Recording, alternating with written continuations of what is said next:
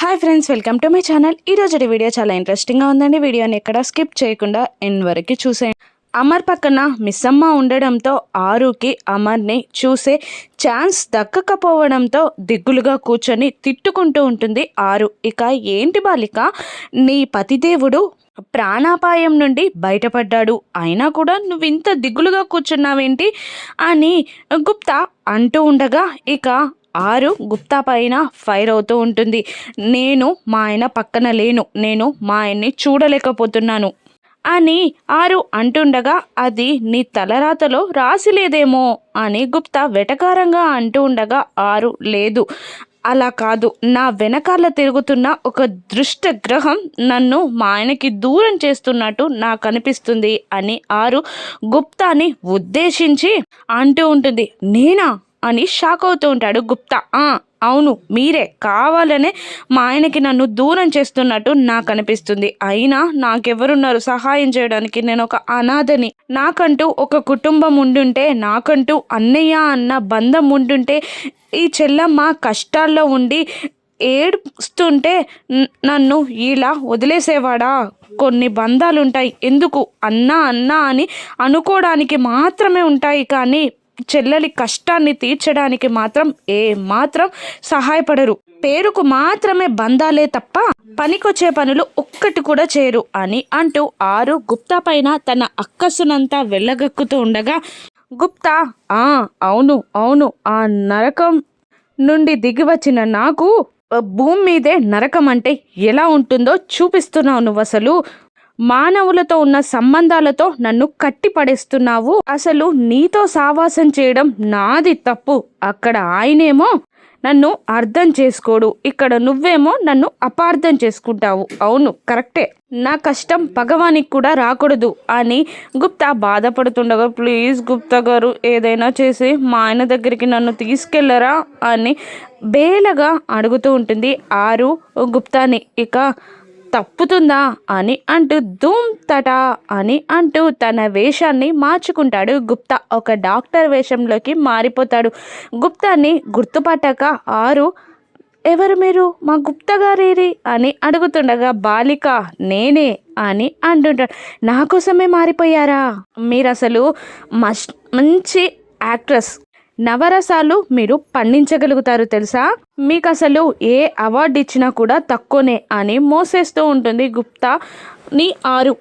మరోవైపు బాగి అమర్కి తినిపిస్తూ ఉంటుంది. అమర్ బాగి ప్రేమని ఫీల్ అవుతూ 4 బుక్కలు తినగానే ఇక వద్దు అన్నట్టు చెయ్యూపుతూ ఉంటాడు. ఇక అయినా బాగి వినకుండా అమర్ చెంపలని పట్టుకొని బలవంతంగా నోరు తెరిపించి తినిపిస్తూ ఉంటుంది. ఒక 2 ముద్దలు తిన్నాక లూజ్, నాకొద్దన్నానా అని అమర్ అంటుండగా మీ బెదిరింపులకి భయపడే కాలం పోయిందిలేండి, ఆ రోజులు పోయాయి. అయినా మీరెంత తినగలరో, ఈ టైంలో ఎంత తినాలో డాక్టర్ ఎలా చెప్పారో నాకు అన్నీ తెలుసు.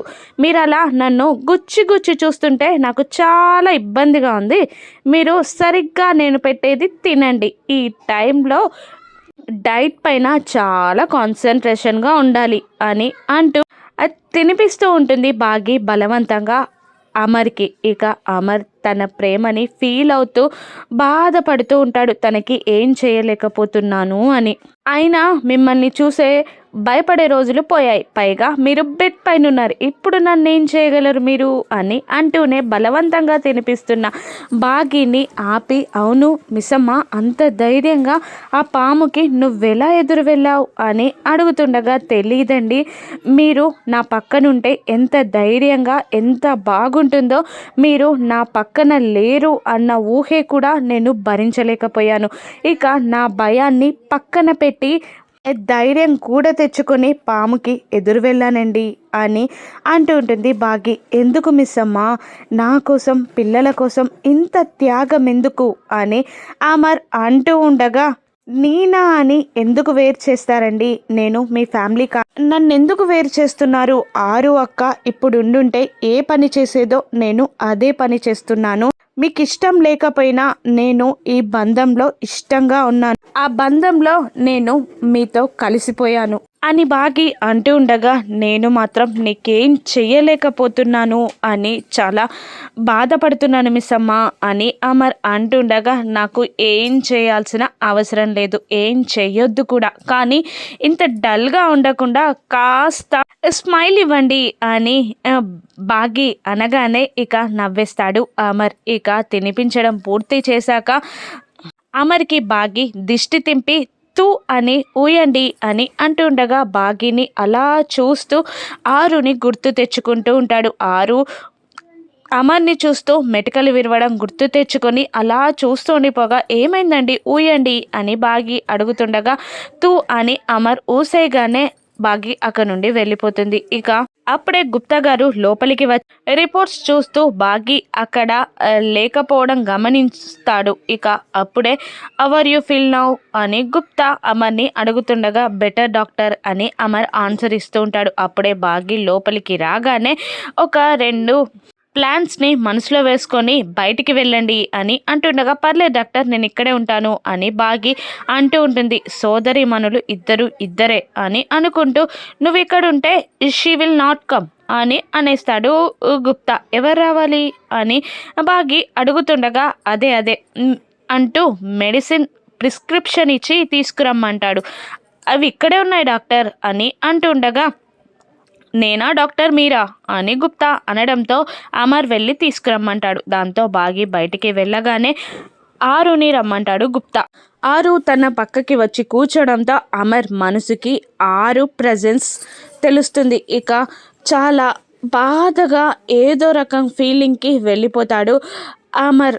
డాక్టర్ ఇక్కడ ఎవరో వచ్చినట్టు అనిపిస్తుంది అని అంటూ ఉంటాడు అమర్.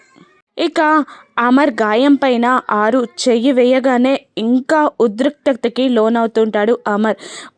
నొప్పిగా ఉన్నట్టుంది, డాక్టర్ని పిలవమా అడగండి అని ఆరు గుప్తాని అంటూ ఉండగా, డాక్టర్ని పిలవాలా, పెయిన్గా ఉందా అని అంటూ ఉంటాడు గుప్తా. ఇక అమర్ కాదు, ఇదేదో తెలియని ఫీలింగ్ అని అంటూ ఉంటాడు అమర్. ఇక అలా ఆరు అమర్ గాయంపై చెయ్యి వేసి అలా ఏడుస్తూ అమర్ని చూస్తూ ఉండిపోతుంది. తన ప్రజెన్స్ని ఫీల్ అవుతూ వెనకాలకి వాలి కళ్ళు మూసుకొని పడుకుంటాడు అమర్.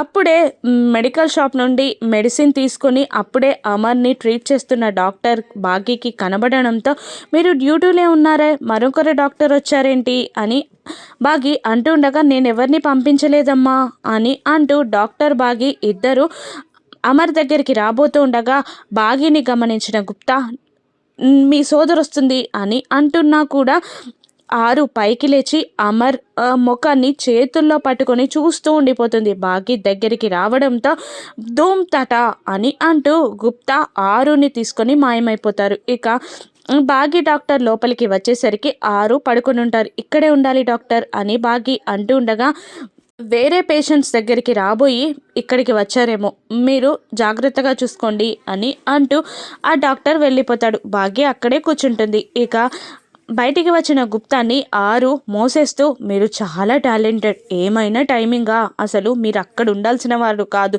ఎక్కడో ఉండాల్సిన వాళ్ళు, నా మాట విని ప్రమోషన్ కోసం మీరు యమధర్మరాజుని అడగండి అని అంటూ మోసేస్తూ ఉంటుంది బాగి. ఇక ఆ పొగడ్తలకి పొంగిపోయి, అవును అసలు నేను అక్కడ లేకపోతే మా ప్రభుకి ఏం చేయాలో తెలియక రమ్మని పోరు పెడుతుంటారు అని గుప్తా అంటూ ఉండగా యమధర్మరాజు ప్రత్యక్షమవుతాడు. అప్పుడు ఆరు, ఇప్పుడు నా కోసం మీరు శక్తులు ప్రయోగించడం, మన ఇద్దరి కాన్వర్జేషన్ అంతా యముడు వింటే ఎలా ఉంటుందంటావు అని ఆరు అడుగుతుండగా, ఆయనకంత తీరికెక్కడిది అని గుప్తా అంటుంటాడు. ఇక గుప్తా అని గట్టిగా యముడు అరుస్తాడు. ఇప్పుడు గుప్తా పరిస్థితి ఏంటో రాను ఎపిసోడ్స్లో చూద్దాం. Thank you for watching.